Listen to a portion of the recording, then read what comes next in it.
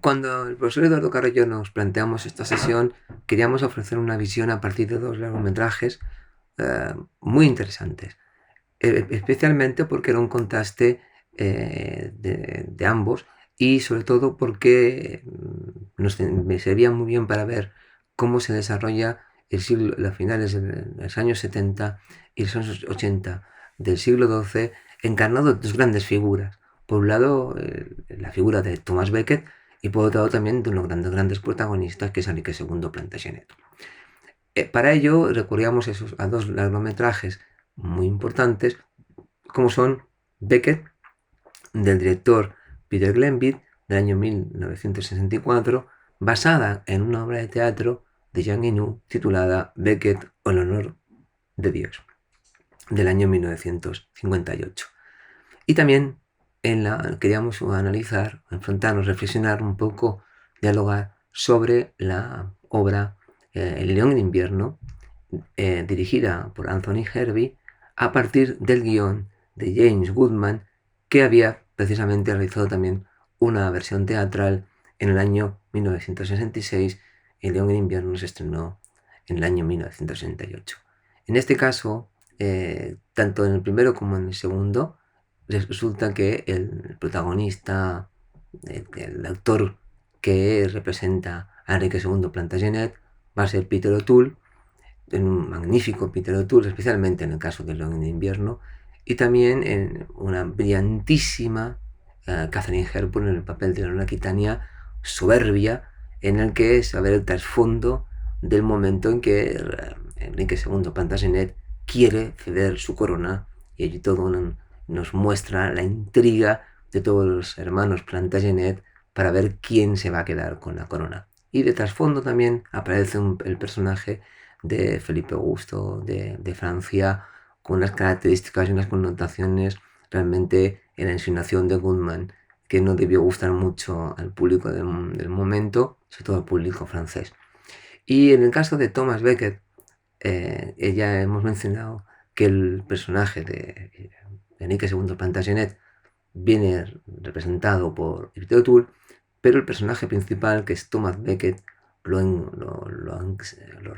lo cogió y lo llevó con gran precisión y creo que brillantemente, en este caso, Richard Barton. Y digo que brillantemente porque nos da un personaje muy sobrio.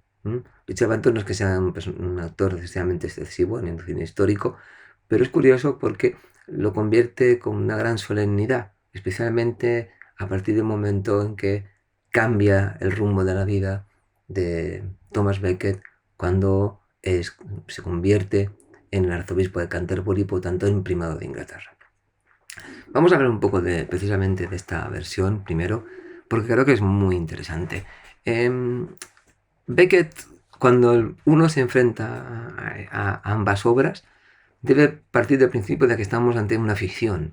En muchos casos la gente, cuando se acerca a ellas, critica pues falta de rigor, no se ajusta a la historia, los trajes no son iguales, las pinturas no sé qué, hay de fases históricos, nos da una imagen de tal. Estamos ante una ficción. Si quisiéramos tener una versión aproximada, porque nunca sería certera, pues deberíamos recurrir a un documental. El cine es ficción y por lo tanto existen todo tipo de posibles cambios de licencias, porque no deja de ser una obra literaria. Puesta en imágenes, con más cosas, pero es una obra de ficción y por lo tanto, como si fuera una novela, el autor tiene todo el derecho del mundo a salir del rigor histórico que esperaríamos. Y por lo tanto hay que verlo con esos ojos.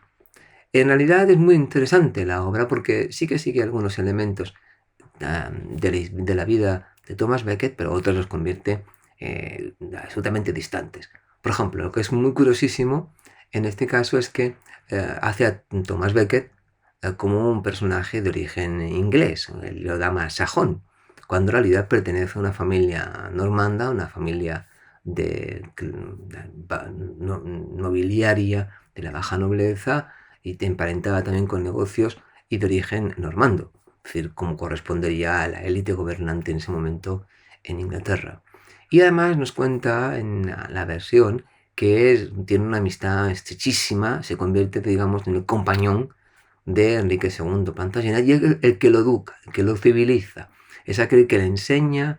Es como si el mundo sajón, el mundo de los anglosajones, estuviese civilizando el mundo de los normandos, de los que nos da una imagen de rudos, que desconocen las formas de comportamiento, que por ejemplo la incorporación del tenedor, nos cuentan que precisamente Becket es aquel que es capaz de introducirse en las modas que proceden desde Italia, como es comer con un tenedor, y lo introduce en el mundo de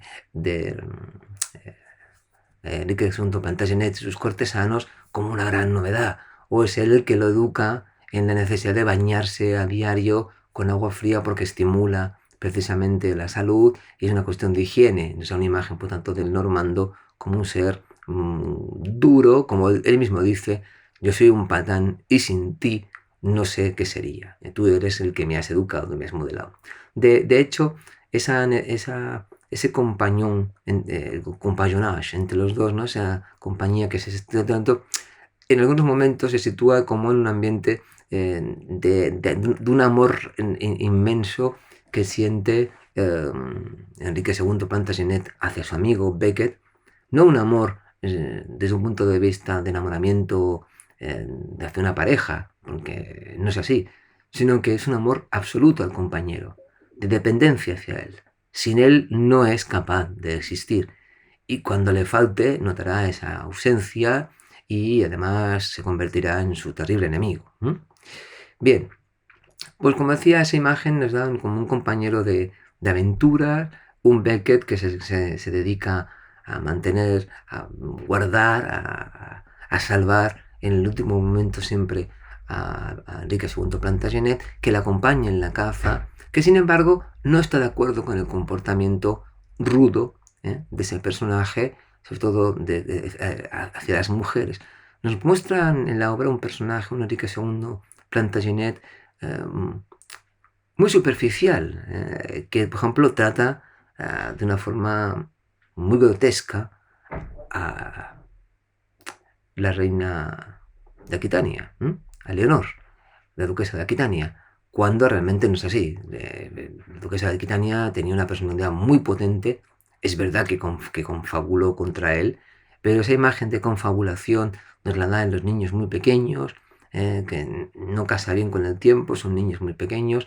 Él da una imagen de su hijo, del futuro Enrique, malogrado, el joven Enrique, el que él quería que fuese Enrique III Plantagenet, como un personaje al que odia, al que no quiere, y es todo lo contrario. Realmente la relación precisamente con junto con Joffrey, fue muy amistosa, no así como con Ricardo o con Juan, y no, porque ni menciona la presencia de sus hijas en la obra, y las hijas de Plantagenet fueron muy importantes. Bien, como decía, es importante que tengamos en cuenta que es una ficción. Pues nos da una versión de este personaje de Enrique II muy grotesco, ¿no? Y todo el poder recae precisamente en ese personaje que es Becket, un personaje que está más cercano al pueblo, que intenta salvaguardar a los campesinos, por ejemplo, sajones, que se gana el beneplácito del pueblo y que no quiere, en principio, quiere mantenerse siempre al lado de su rey. ¿Y qué sucederá? Lo que nos vamos a encontrar aquí es uno de esos cambios brutales en los que Enrique, en una puesta en escena brutal, pues por ejemplo, pues decide nombrarlo canciller de Inglaterra. Nombrarlo canciller de Inglaterra es darle el mayor poder posible y es intentar mantener siempre la distancia, especialmente con la Iglesia, ¿no? Que es el combate en el que vamos a observar, especialmente porque Enrique va a defender la necesidad de conseguir impuestos para mantener sus guerras en territorio francés. Pero ¿qué sucede? Ese conflicto en el que la Iglesia sigue estando evidentemente en poder de los normandos con el rey, es un conflicto en realidad entre el poder del Estado, en el rey como jefe que quiere dominar e imponer, y la Iglesia que quiere mantener sus privilegios. Pero todo siempre en el mundo perteneciente al mundo de los normandos, los conquistadores, de los que se nos insiste permanentemente que conquistaron, que sometieron, y estamos hablando de más de 100 años después, esa existencia que ya se había quedado más olvidada. A ustedes esto les sonará, si recuerdan, O'Neill lo que hace es utilizar un mundo muy escotiano, de Walter Scott, entre los sajones y los normandos son malos, aunque son refinados, pero son crueles, someten al pueblo, y de esto se habla 100 años más tarde, es decir, muy desfasadísimo. Y la idea es de ofrecernos en este personaje, como a Ivanhoe, ¿no? Pues el personaje de Beckett es un sajón que vela por su pueblo y que se enfrenta, en realidad, su enfrentamiento al final no es solamente como la lucha entre la iglesia y el poder del príncipe, del rey, sino la iglesia, el combate entre un sajón que intenta ser fiel a Dios y un Plantagenet que intenta ser fiel a sí mismo, a su poder. Esa es la imagen que nos ofrece. Igual que en el mundo, como les decía, muy curiosísimo, en ese caso, en el caso de Walter Scott y Ivanhoe, ¿no? Los sajones, Wilfred Ivanhoe, lo que representa en ese mundo más sutil, más fiel a lo que son los ideales, más caballeresco frente al mundo de los normandos, que son anticaballerescos, que son en el fondo crueles, explotadores y que acaban siendo derrotados. En este caso, Beckett se plantea como esa idea. Y a O'Neill probablemente a él le advirtieron que se había equivocado porque él escribió la historia a partir de un libro que encontró, nos cuentan, y que le pareció muy interesante, pero con escaso rigor histórico en el momento en que atribuye a Thomas Becket un origen anglosajón, o sea, inglés, cuando no lo era. Bien, pues esa es muy interesante en tanto en cuanto es el debate, y creo que eso es lo más interesante, no tanto la idea esa de la amistad traicionada dentro de la obra, sino también como imagen de un enfrentamiento entre un eclesiástico que solo se va a someter a la voluntad de Dios, y es un momento importante en el que Beckett intenta, de forma consecutiva, entender qué es lo que quiere, cuál es su misión en el mundo, y él pide precisamente a Dios, le reza a Dios para que le revele cuál es su misión. Y el momento en que él alcanza a saber que su misión es servir a Dios y a nadie más, entra en conflicto. Y entra en conflicto porque en una secuencia muy novelesca, bueno, pues se cuestiona el poder precisamente de la Iglesia. El debate es muy interesante porque un sacerdote es asesinado por un noble. Ese sacerdote se le acusaba de haber precisamente forzado, de haber mantenido una relación, haber violado en el fondo una relación inadecuada por un sacerdote, y para cualquier hombre en ese caso, lo que había hecho forzar a una doncella, y el castigo que le impone el noble es precisamente, quiere él juzgarlo, y ante el debate consiste precisamente en que Becket le va a pedir al rey que ese clérigo que ha sido detenido, ese sacerdote que está siendo retenido por un noble, no puede ser juzgado por los laicos, sino que tiene que ser un tribunal eclesiástico.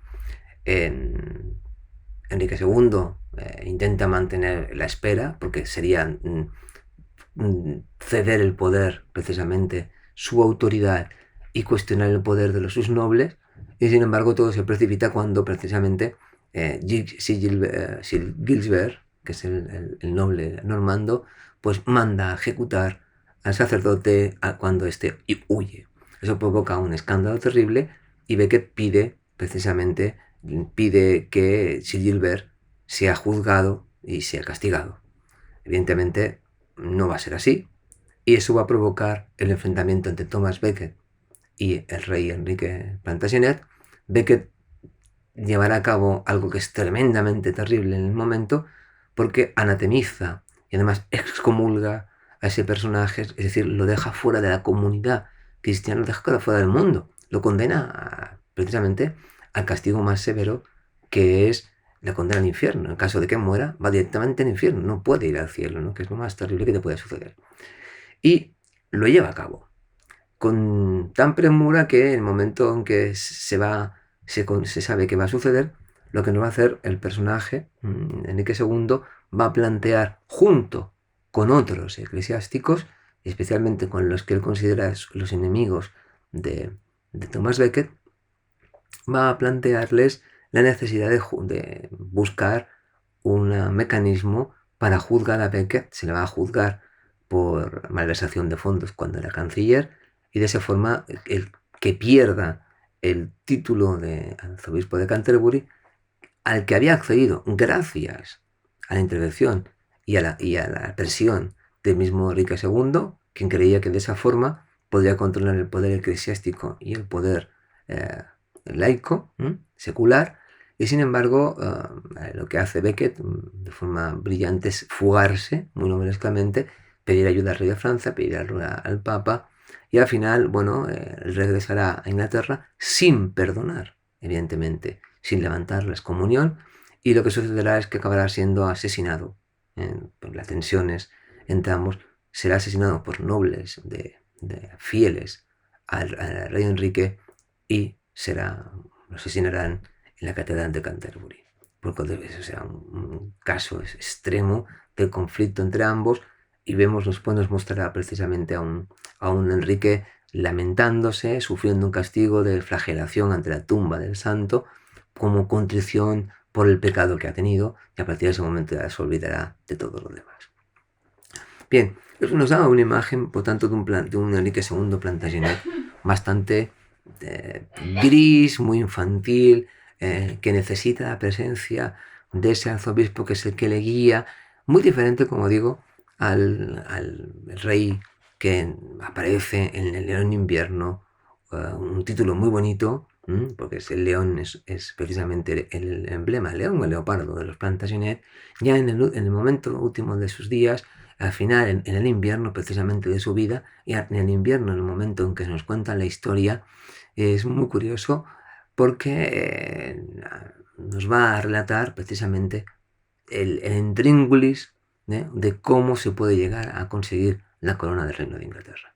Como les decía, después de la prisión que sufre, está muy recreada Leonor de Aquitania por conspirar contra su marido, le permite regresar y se reúnen todos para ver quién va a ser el heredero. Y ahí nos vemos nuevamente, muy teatralmente, cómo se comporta cada uno, ¿no? Cómo se juegan las fuerzas de cada uno, y cómo el rey es un rey, en este caso, muy brillante, un rey quizás más acorde con lo que esperábamos y conocemos de su historia, ¿no? Un rey culto, un rey que sabe comportarse, un rey que defiende en muchos casos y el mundo de la caballería. Y es muy curioso porque ese mundo, esa imagen del mundo que lo relaciona precisamente con el mundo artúrico, esa imagen de un rey poderoso, el primero entre todos ellos, compañero de sus amigos, pero que su poder es incuestionable, eso no puede ser de otra forma.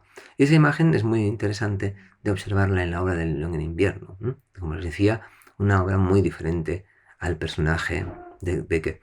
En ambas historias es muy curioso porque vemos cómo se van desarrollando los ambientes, los decorados, la forma de vestirse, etc. Por ejemplo, no he mencionado, a mí me impresionó mucho, y siempre me ha impresionado desde muy pequeñito, cómo en la obra de Becket, cuando no conocíamos, vivíamos en la Edad Media en blanco y negro, todo el interior de los palacios hay muchos frescos. Frescos de diferente tipo, escenas de caza, escenas de guerra, etc. Pero lo que llama mucho la atención es cuando llega Becket a Roma. En Roma ya no hay solo frescos, sino también hay mosaicos. Y lo curioso es que hay un mosaico en el que yo creo que en este caso hubo una confusión muy curiosa, porque nos representa en ese mosaico en la ciudad de Roma. Lo que tenemos es una representación del emperador Justiniano y de la emperatriz Teodosia. Y podemos ver perfectamente esa imagen que es uno de los mosaicos de la Basílica de San Vital en Ravenna, donde aparecen esos los dos emperadores. Aquí lo tenemos representado en Roma, y llama mucho la atención, a pesar de que, dejando aparte, ¿no?, como curiosidad, ese esfuerzo de intentar distinguir lo que es la suntuosidad de Roma, el refinamiento de Roma, frente al resto de otros países. Pero todos los lugares, como os digo, nos presenta una corte a un rey francés tremendamente sofisticado, de una imagen mucho más culta, mucho más refinado en el ambiente. Pues, por ejemplo, le dice, va, enséñate mi pajarera, ¿no? Unos pájaros muy exóticos, como os digo, un personaje diferente, muy astuto con respecto a lo que fue Enrique II Plantagenet, al que no debemos olvidar que en el fondo le quitó, se casó con la que había sido su esposa, Leonor de Aquitania, y con eso consiguió un poder enorme dentro del territorio francés, su gran enemigo. En suma, son dos obras realmente que merecen la pena verse y que reflejan muy bien ese mundo cinematográfico de los años 60, en ese afán de verter obras de teatro al cine y sobre todo de intentar darnos una imagen histórica de esos personajes, repleta evidentemente de ficción, pero que yo realmente recomiendo, y seguro que si estuviese aquí también el profesor Carrero, les recomendaría ferventemente porque a ambos nos gusta mucho. Bueno, espero que haya sido de interés y nos veremos. Muchas gracias.